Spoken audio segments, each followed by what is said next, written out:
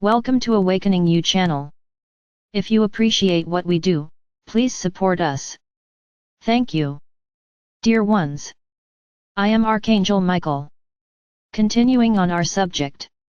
So as I said yesterday, I'm going to start citing some facts from your story, so that you understand how it all happened, how everything happened over time. As I have been telling you, your planet is very old, and you have also been here for a long time. So, some facts that we can mention as important throughout this process. I'm going to go back to the time when you arrived here, and everything still resonated in the fifth dimension. I am speaking of you as beings of light. So you arrived here, in various parts of the planet. They concentrated more on the continent that you now call Europe, and on Asia, just so that you can organize your ideas.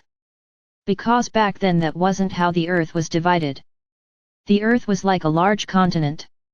But just so you can get your bearings, it was in that region that many people landed here. As you can see, there are some points on your planet, let's say, with a certain difficulty in understanding on your part. How was that built? How could we humans have built that? One of these great examples are the pyramids in Egypt. The degree of perfection and planning in the construction of those pyramids could never have been done by human beings, like you. Everything there was built with the power of the mind, because yes, you had the gift of levitation, and without the slightest effort. Don't think that lifting a block like that required a lot of strength, because it wasn't. The fact that you levitated the blocks was as natural as levitating a feather. As this is a gift that you do not have, it is difficult for you to understand, but it is a force inherent to each one of those beings, to each one of you, in which you have the ability to modify the structure of that object, and it becomes exactly what you want. Very good. The pyramids are a great example. And many others were being built around your planet. As people arrived here, they placed their characteristics, and their ways of staying, as a demarcation of territory, not by power, but for whoever arrived there. I knew that there was such a being, of such and such a race. At that time there was never this feeling of territorial power, of that's mine.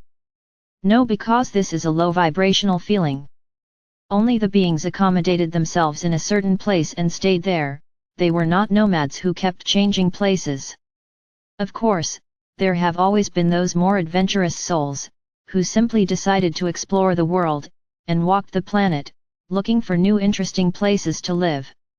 No, I tell you, where the pyramids are today, that was not desert, that was a place very abundant in water, flowers, fruits, whatever was needed from the earth.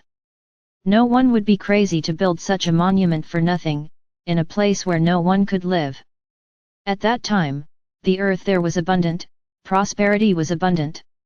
So, many monuments that you have around the planet, like the statues at Stonehenge, the pyramids of the Incas and Mayans, and many other monuments that exist out there, that you cannot attribute how they were created. Very good. They all come from ancient civilizations, of highly developed civilizations. I can tell you, and your scientists already know, that the pyramids have an alignment, and they are all obviously portals. I never mentioned portals here. What are portals? Let's say that, for you to move between one dimension and another, it's not simply for you to decide, I'm going. I'm coming, and they go. No, it's not like that. There are certain points where there is a connection between dimensions. I already explained this to you here, and I will comment again. Today, why don't you see the ships that are around your planet? I already told you that dimensions are like layers. It's as if they were concentric layers that settle around the star, the planet. So the Earth, as I said, which was once in the fifth dimension, has this layer. It was not destroyed. You are here in the third dimension, but the fifth layer is there, just as it always has been.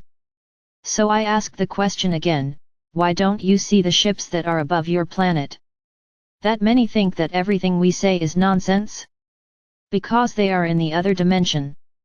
You can take a plane and go exactly where a ship is, without anything happening. What do you mean without anything happening? Because they have the power to be at higher frequencies, which are frequencies that do not clash with your frequency. Let's explain in a very simplistic way, that when one of the ships physically appears to you, it modifies its entire structure, to vibrate at the frequencies of this dimension. Then it becomes a third-dimensional ship, because it is there being seen by you.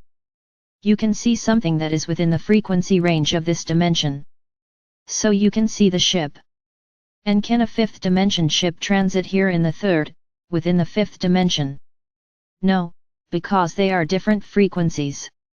The ship resonates at a very high frequency, it cannot come here with the same frequency as it has there, because the frequency of the third dimension does not accept that frequency. It seems a little complicated, my brothers, but it's not. It's as if there are limits. In this dimension that you are in, there is a frequency limit. Everything that exceeds this limit is not seen here. Now if they can travel with the frequency they have in here? Neither, they need to adapt to reach the frequency here, so that they can transit here in the third dimension. So my brothers, when we say that the beings of light that are around you are making an immense effort to remain there on the surface of the earth, it is not for nothing. They also had to undergo some type of transformation, to remain invisible, even there in the third dimension, because they are fifth, sixth, seventh bodies, no matter what dimension they come from, and they are here on the surface of the planet, in a way that you cannot see them, because they can do it. They have the necessary technology and, let's say, the power to adapt to the environment. This happens with beings, not with ships. Ships must be fully within frequency, unless they are camouflaged. That's different. It's a topic for later. But back to the beginning of what I was talking about. So, many monuments, many brands, many things that appeared, on your planet, were these beings of very high vibration, who arrived and did things here. And each of these monuments is a portal to higher dimensions, to other dimensions. So that's where beings arrive, beings leave, it's like an exit and entry door, for your planet, for those who come from other dimensions. So, in all these places there are very powerful portals, which of course, with the shielding that was created, these portals practically became extinct, because they could not pass beyond the shielding.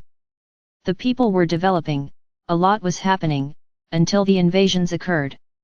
You have gone through many changes.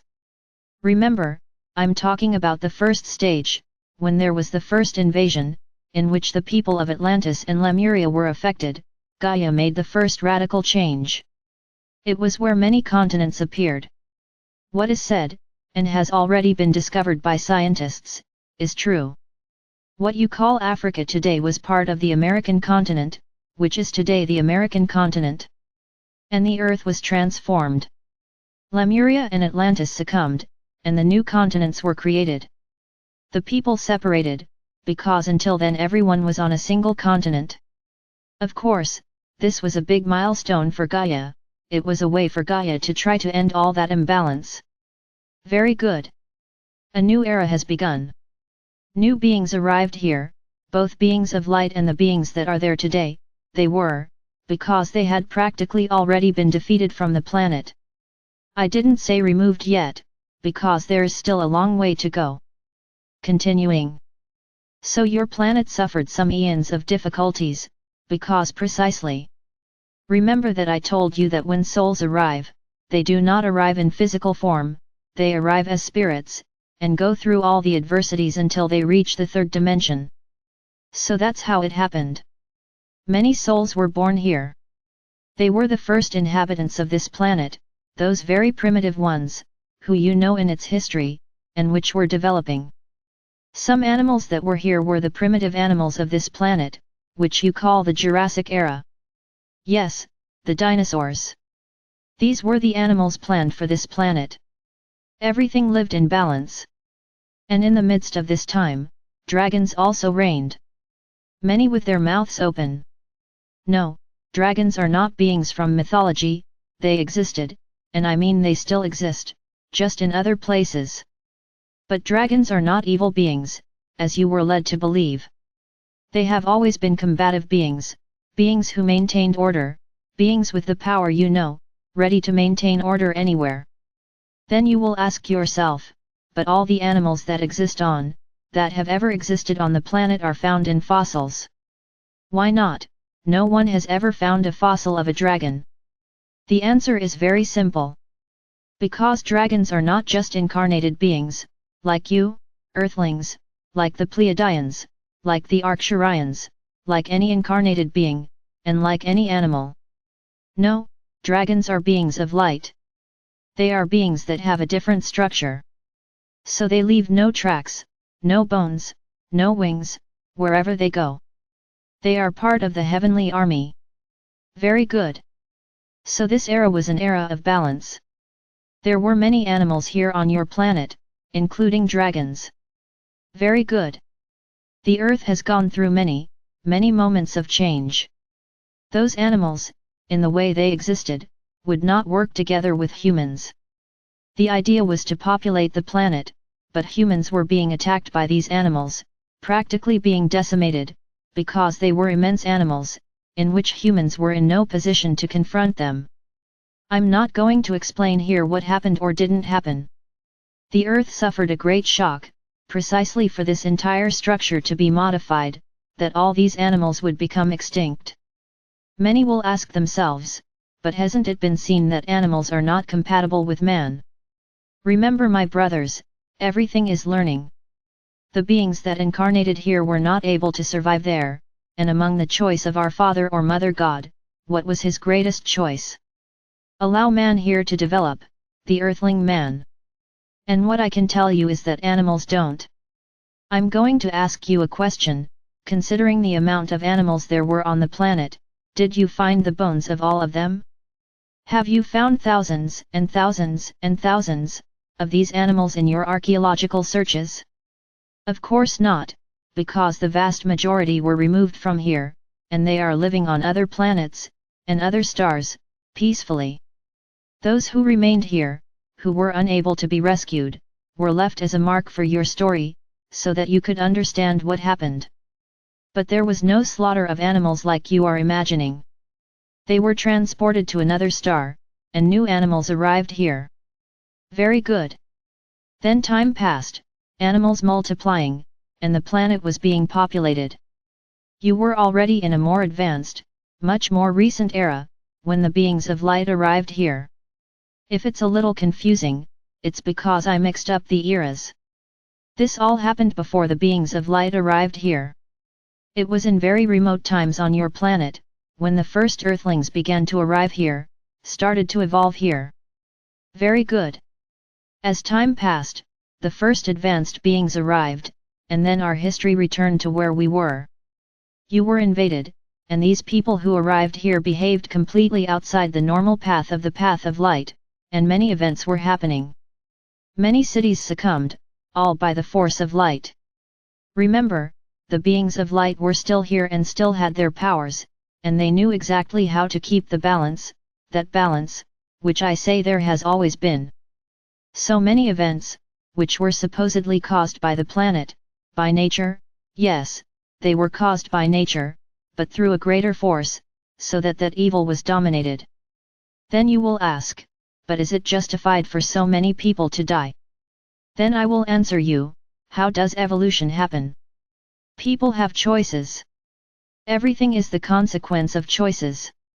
Those people chose that. So they couldn't stay that way, they had to be removed from the middle. So it justifies killing for the light. The question is great. We beings of light do not kill anyone. This act of eliminating clothing is not killing, for us.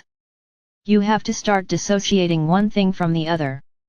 We just took off the human clothing, to show that soul that it was on the wrong path, for it to evolve.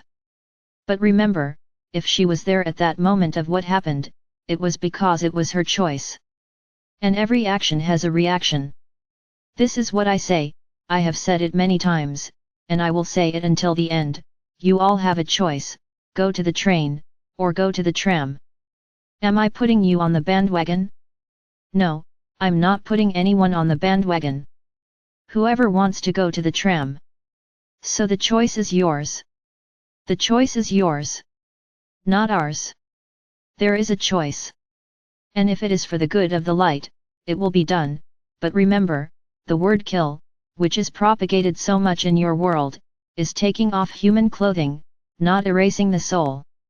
So this was very widespread among you, that killing another is unacceptable. Really. When you take off your clothes, you humans, take off another brother's clothes, this is not acceptable. Why do you have the power to do this? Who are you to take off that brother's clothes? Who are you? What will you be doing for that brother's soul? Anything. You will simply leave a lost soul, who will have to be supported, who will have to be guided, because they took off her clothes without her noticing. So this is a slightly more complicated subject, and a little more delicate to address. But whenever it was necessary for the light to prevail, we, beings of light, took off your clothes, so that you, as souls, evolve, to show you souls what you have done. So let's change that word, it's not killing. We didn't kill anyone, we just take off the clothes that the soul is living, wearing at that moment, so that she realizes the harm she was doing. This we do. Many of you understand this as killing. There is no other way for me to explain it. There are many phenomena that happen on your planet, prepared exactly to remove the human clothing from many people, at the same time. This is not a Gaia thing, this is not a natural thing. Each soul that was there was at the right time, and at the right time, in the right place, it wasn't there for nothing. This is what happens. If you have never stopped to think, stop now and think. Ah, but if that's the case, why don't you just get all the dark people out of here? I, at no point, said that things happen anyway. Things are planned, things are very well planned. And I've already told you here, it's as if you were living in a minefield today, in which any disastrous action we take, you are attacked and injured. That's why we can't take any action yet. But all this is being done. We need to eliminate all these weapons, and then act exactly like this, removing everyone from here. Who said we won't do this? So throughout your eras, you can see that from time to time, Gaia did something to clean up the planet. What was the flood? What do you call a flood? It was a great movement of continents made by Gaia. Some continents rose, other continents fell, and it rearranged itself. How many people died there? So my brothers, the choices are there. Always the choices. Then many may ask, but did everyone who was there, who died in the flood, all vibrate evil? We can say yes, that they were all contaminated. So at that time there was still no armor. No, there wasn't, everything was still under our control. He had greater control over the planet. And why did you allow these dark people to come here and take over everything? I already said, this planet has become a school planet. So, we couldn't just get them out of here. They would have to stay here and continue with everything they brought, and you living together, in balance, so that there would be the evolution of all the souls that were here. I know that for many of you it is difficult to understand, because sometimes we act, sometimes we don't act, sometimes we make decisions, sometimes we don't. I understand it's complicated. But I also said this here, we never abandon you. We can say that the connections became a little more difficult after the shielding, but you were never abandoned. We always found a way to have the right person, in the right place, to start something. They are strong, but not that strong. We also have our weapons. Everything that happened here was only allowed to remain, because the planet became a school planet, in which several spirits, several souls from other stars, from other planets, came here to live in this dimension, to learn their lesson, the lessons. Well, for today I'll leave you with these thoughts. There's a lot of information in today's video to get you thinking.